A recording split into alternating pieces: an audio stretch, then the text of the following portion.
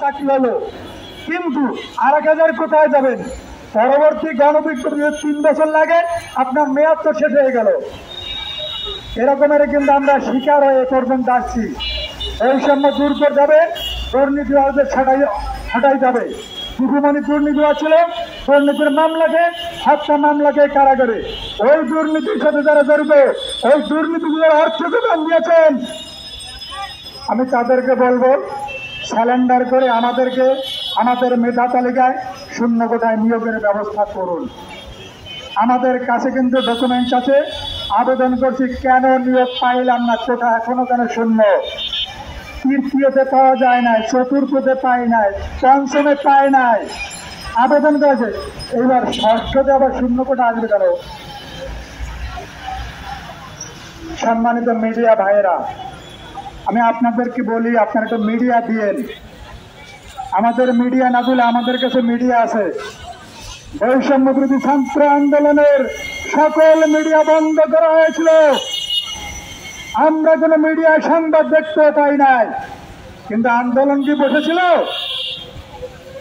এখন সেই সকল মিডিয়া কত সুন্দর ডিজিটাল কায়দায় খবর প্রকাশ করে, বেশ ভালো কথা, কেন আমাদের কথাই বলে।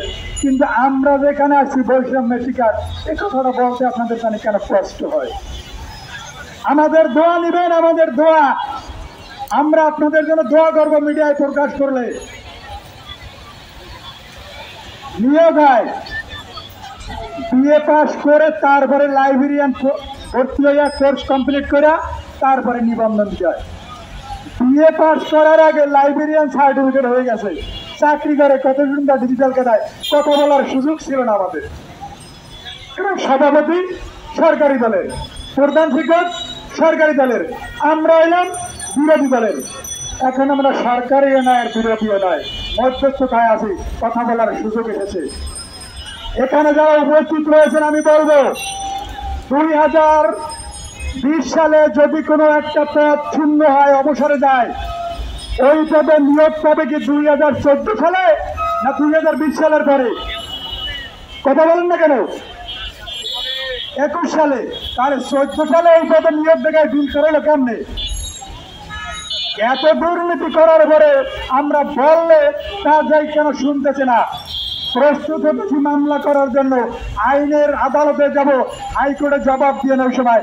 এখন যেন আমাদের কোথায় কান লাগান না, কান লাগাবেন না রে। 20 সালে অবসরে যায়, 4 সালে নিয়োগ দেয়, নিবন্ধন সনদের আগে, এরপরে 22 সালে বিল করায়, কত সুন্দর ডিজিটাল কায়দা। 1 থেকে 5 পর্যন্ত